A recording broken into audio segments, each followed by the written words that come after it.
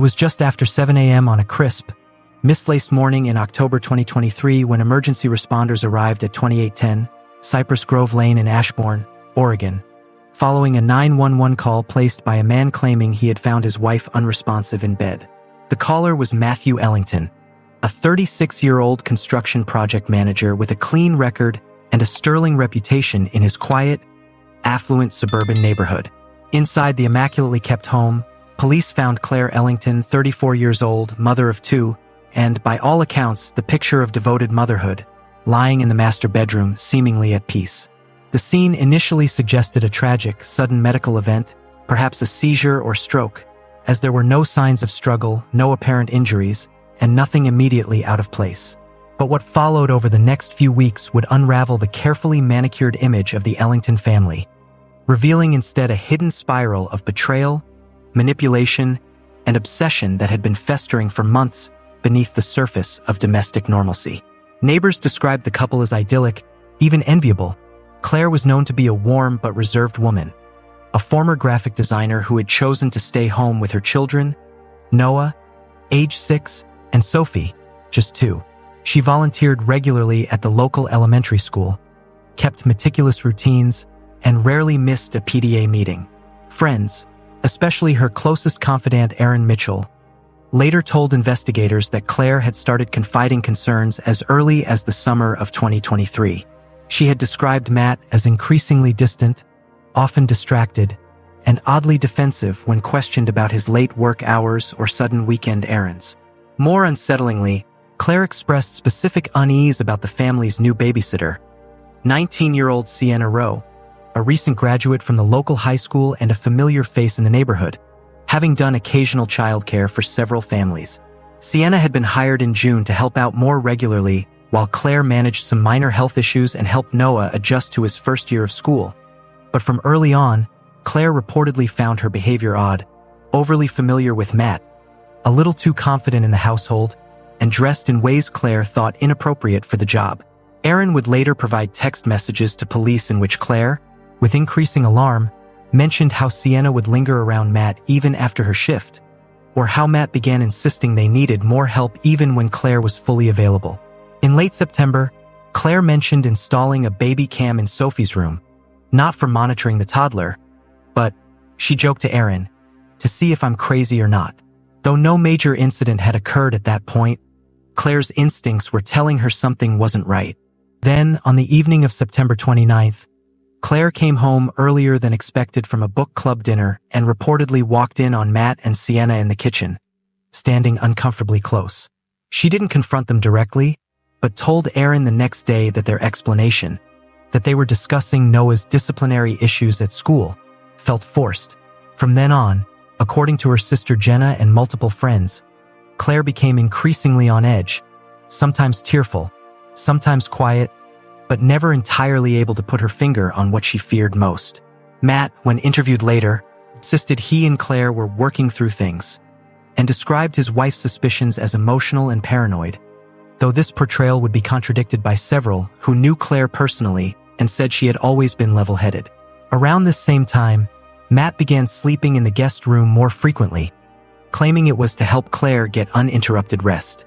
In hindsight, as investigators would later observe, this shift marked the final unraveling of a marriage that, from the outside, still looked wholly intact. The last known disagreement between them occurred just a week before Claire's death, according to her friend Erin, who received a message saying, "I keep trying to believe him, but I can't shake the feeling something bad is coming." At the time, no one, not even Claire herself, could have imagined how literal that feeling would become. On the night of October 11th, 2023, nothing about the Ellington home suggested that it would soon become the center of a homicide investigation. The children had gone to bed as usual, with neighbors later confirming they heard nothing out of the ordinary. No raised voices, no disruptions, only the soft hush typical of a suburban night. Claire's final communication was a short text sent to Erin Mitchell at 9:04 p.m., reading simply, "He's being sweet tonight. Maybe I am crazy." That message, seemingly hopeful in tone, would take on a haunting weight in retrospect. According to Matt Ellington's own account to police, He had watched television downstairs for a few hours after Claire went to bed and fell asleep on the living room couch. But surveillance footage from a neighbor's Nest security camera, installed facing the street for car safety, not security, recorded Matt walking outside at 10:45 p.m., taking out a trash bag and calmly disposing of it in the curbside bin. He appeared alone, composed, and deliberate. Investigators would later recover that same trash bag, rushed to collection by the following morning, and inside found an empty wine glass with traces of zolpidem, a prescription sleep aid, though Claire had no prescription on file and no known history of taking the drug. The autopsy, completed 2 days after her death, showed mild bruising around her mouth, a faint but distinct petechial pattern in both eyes, and evidence of smothering. The presence of zolpidem in her bloodstream suggested she had been sedated before death, impairing her ability to resist or even fully awaken. Matt initially expressed shock and confusion at the autopsy findings, insisting Claire occasionally took Ambien when she had trouble sleeping.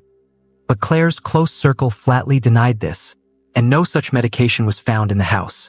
Further deepening suspicion, digital forensics of both Claire and Matt's phones, seized as part of routine procedure, revealed hundreds of deleted text messages between Matt and the babysitter, Sienna Rowe.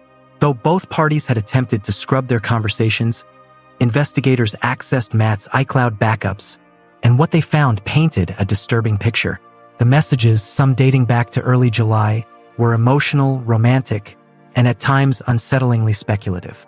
One message from Matt, dated August 8th, read, "It would be so much easier if she just disappeared." Another, from Sienna on September 15th, asked, "Are you really going to go through with this?"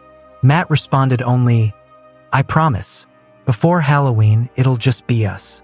The phrase "just us" would appear repeatedly in their correspondence, often in connection with vague references to the future, the kids, and starting over.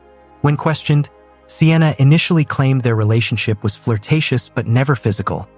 Yet investigators recovered an image, buried in her deleted files, from August 14th showing her and Matt kissing in the cab of his truck. Under further questioning, she admitted they had become physically involved in late June, just weeks after she started babysitting regularly. Sienna maintained she had no idea Matt was planning violence and believed he was pursuing a divorce. Her statements were corroborated, to a limited extent, by journal entries found in her bedroom, where she described feeling torn and confused, and wrote about being promised something that feels wrong to wait for. Still, her texts, particularly one from October 6th that read, "Just be careful. If you screw this up, everything goes to hell," suggested a level of foreknowledge that would remain the subject of heated debate. Meanwhile, analysis of the baby cam Claire had installed in Sophie's room revealed a chilling omission. The footage for the night of October 11th was intact up to 11:43 p.m., at which point the camera feed cut out entirely. Technicians determined that someone had manually disconnected the device, likely from the base station in the hallway closet. This was significant not just for what it showed, but what it didn't. No footage of the master bedroom existed, but the timing aligned exactly with the estimated window of Claire's death. Furthermore, the pillowcase used to smother Claire, found on the bed and initially dismissed as ordinary bedding, contained faint but identifiable skin cells and partial fingerprints on the inside of the case matching Matt's. It belonged not to the set on their bed, but to a spare set from the guest bedroom closet, which Matt had been using periodically in the weeks leading up to her death. When confronted with the mounting evidence, Matt grew evasive in interviews, at one point invoking his Fifth Amendment right. He insisted repeatedly that Claire had been depressed, and even suggested she might have taken the sleeping pills herself. This narrative was flatly contradicted by the toxicology report, which showed the dose was administered in a beverage, not taken via pill form. With every layer peeled back, investigators became more certain that Claire's death was not only premeditated but executed in cold, calculating fashion. Her final hours spent in the perceived safety of her home, unaware that the man she had built a life with was plotting to end it for reasons rooted in cowardice, lust, and escape. The suburban quiet that had once defined the Ellington household had become its most terrifying trait. The silence in which a life was stolen, and a lie was buried, if only for a moment. The arrest of Matthew Ellington came 15 days after Claire's death, on October 27, 2023, outside his workplace at Lockridge Construction Group in downtown Eugene, where he was taken into custody without incident at 3:42 p.m. Witnesses described him as stunned but compliant, while his co-workers, several of whom had socialized with Matt and Claire as a couple, stood in disbelief. The district attorney's office moved swiftly, citing the overwhelming body of circumstantial and forensic evidence. The deleted but recovered messages with Sienna Rowe, the fingerprint and skin cell trace on the pillowcase, the toxicology results confirming the presence of zolpidem in Claire's system despite her never having been prescribed the drug, and the now missing baby cam footage that had been cut at a time aligning perfectly with the projected window of death. Prosecutors alleged that Matt had drugged Claire's evening glass of wine. Her fingerprints were found on it. His were not, then waited until she was fully sedated before using the pillowcase to asphyxiate her. When confronted with the evidence, Matt initially maintained that Claire had died of natural causes and insisted the texts with Sienna were the product of emotional confusion during a difficult time in his marriage. But investigators also recovered troubling search queries from his work laptop, including how long does zolpidem stay in the bloodstream, how to fake a natural death, and can suffocation look like a seizure in sleep. It was these digital breadcrumbs, along with the forensic profile from the pillowcase and the digital footprint of his relationship with Sienna, that formed the backbone of the prosecution's case. During the investigation, a fuller portrait of Matt began to emerge. By the fall of 2023, he had accrued over $40,000 in personal credit card debt, much of it unknown to Claire, and had confided to at least one friend that he was trapped financially and emotionally in his marriage. Therapy notes obtained via subpoena from a marriage counselor the couple had briefly seen in 2022 recorded Matt saying he sometimes felt like a ghost in his own life and had fantasized about starting over. This narrative of dissatisfaction, when viewed alongside the intimate messages with Sienna, fueled the prosecution's claim of a calculated plot rather than an impulsive act. Sienna, though never charged, was called to testify during Matt's trial, which began in early January 2024 and ran for nearly 3 months. Her testimony was a tense affair, described by reporters as emotionally raw and riddled with inconsistencies. But she maintained she never knew Matt planned to kill Claire. She admitted to being in love with him, to believing he was serious about leaving his wife, and to feeling trapped when Claire remained in the picture. Prosecutors never argued she participated in the act itself, but many observers found it difficult to believe she hadn't at least suspected something dark was brewing. The defense team attempted an insanity plea, citing a psychological evaluation that diagnosed Matt with narcissistic personality traits and stress-induced dissociative tendencies. But the court-appointed forensic psychiatrist rejected the claim that he had been legally insane at the time of the crime. The jury deliberated for just over 6 hours before delivering a unanimous guilty verdict on March 29, 2024. Matt Ellington was sentenced to life in prison without the possibility of parole.